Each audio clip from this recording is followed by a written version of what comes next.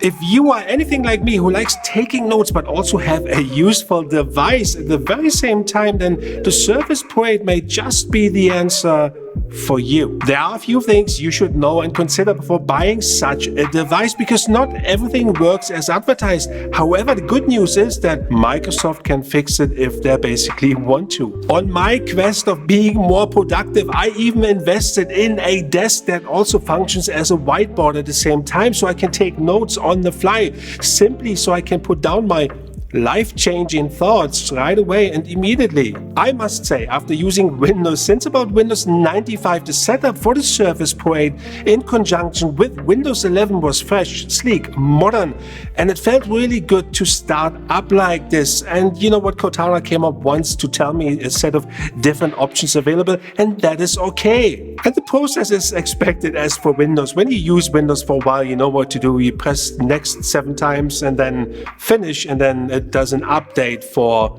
a while. Now the difference here is this didn't work as planned. As you can see, I got an error message in between, and I didn't think much of it at first, but it became a bigger deal later on. And it's totally fair to say that anybody who's looking to buy this device will probably invest in a keyboard cover like this one I have here, and the pen as well, because that's like the combination you really want to have when you buy this. I don't see anybody buying this device by itself. So that brings me to the keyboard cover. Typing on it feels a lot better than before, and the only thing that really bugs me is the trackpad. And you cannot use this, or basically that's my opinion, when you use it in a quieter environment. You may be annoying your co-workers, or did annoy myself. And listen to this, and typing on it is good, but listen to this trackpad. It doesn't matter where I touch it. And that is kind of annoying to me. It could also annoy other people, but that's just a quirk for myself, kind of, you know. After the trackpad experience, I thought, why not detach the physical keyboard? So that's what I did. I basically detached it, and the weird thing now is, because with Windows 11 you don't have that manually switching tablet mode anymore. You don't have that option to switch it in tablet mode. You will have to look at the icons on the bottom very briefly to see, because they kind of expand when you do in tablet mode. That's the only way you know you are in tablet mode. But lo and behold, when I went into tablet mode, what happened then was that the touch keyboard did not appear. It didn't come up. No matter what I did, I searched for everything. I ticked every possible box available in the option. I even had a shortcut on the bottom for the touch keyboard, but it didn't come up. And it turned out, once I searched online, it turned out that an update basically screwed this up completely. But also the good news here is that another update will fix this. So once I found the solution online, I basically went and did an update, but it didn't fix it. So what I didn't realize is that you have to go in you have to go in manually more than once. So once you've done an update and you think you finished, you go in again and again and again, because it doesn't come up with all the updates at once. It comes up with one by one. So I did about 4 to 5 updates, and you can see, I'm going to show you this now, every single update had a different color also when the device was updating. But once there was no update available anymore, and it took me about an hour to fix all of this, and then it worked again. So keep this in mind if it doesn't work for you, and it's just not for the Surface Pro 8, it's for every single other device that basically doesn't upgrade or goes to Windows 11 and has a tablet mode. Keep this in mind.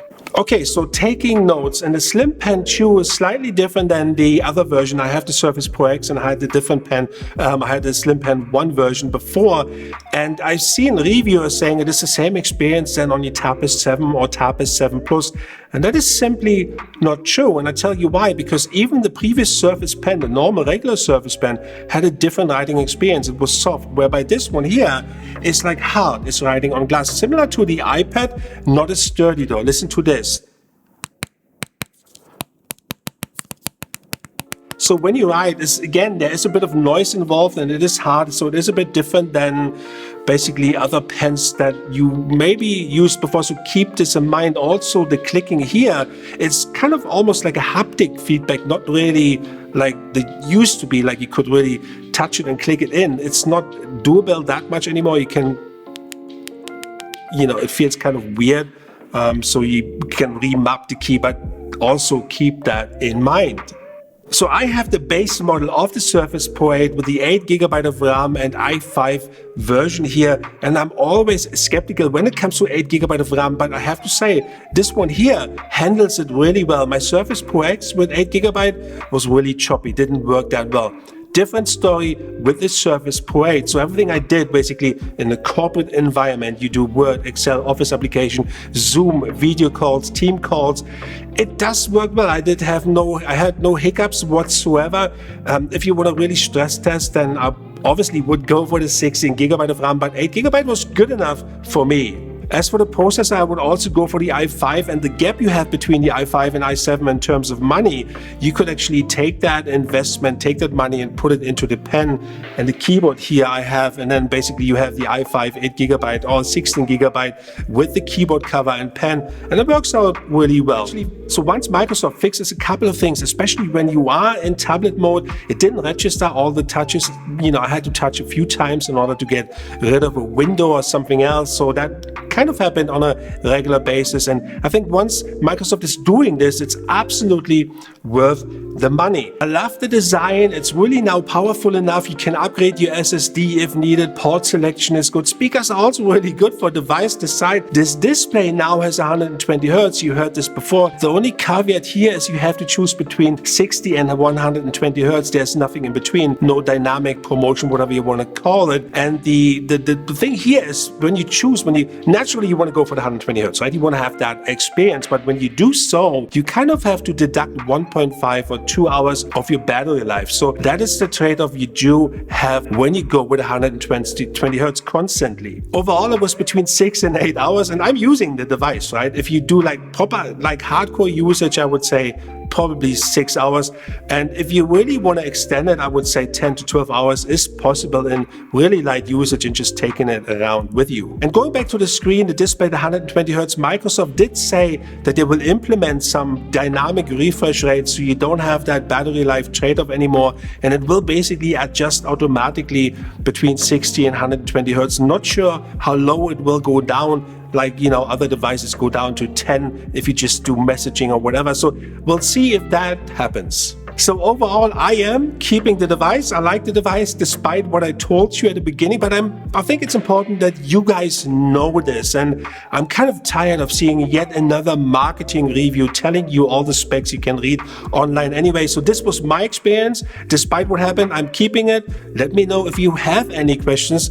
Make sure you like and subscribe. But thank you for watching. See you next time. Peace out.